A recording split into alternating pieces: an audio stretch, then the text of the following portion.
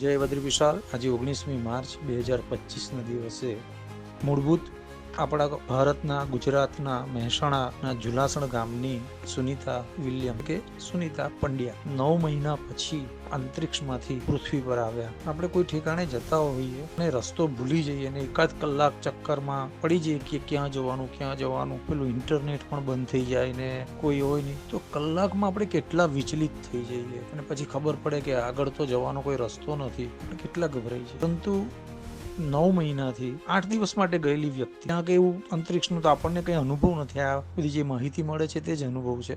અંતરિક્ષની વાત જવા જ દઈએ, આપણે કચ્છના રણમાં ફસાઈ જઈએ આવા 9 દિવસ માટે તો આપણે કેટલા વિચલિત થઈ જઈએ। ખરેખર એના ધૈર્યને વંદન છે, એના માતા પિતાને વંદન છે કે એના જીન્સમાં આ વંશ પરંપરા આ બધી વસ્તુઓ છે ને, ધૈર્ય છે, સાહસ છે, એ બધું બાહ્ય નથી, આંતરિક હોય છે। એટલે એના વંશની અંદર વંશ પરંપરાગત હોય છે આ બધી વસ્તુ। આપણામાં ધૈર્ય ન હોય ને આપણે એમ ઈચ્છીએ કે આપણા દીકરામાં ધૈર્ય આવે, ઇમ્પોસિબલ છે।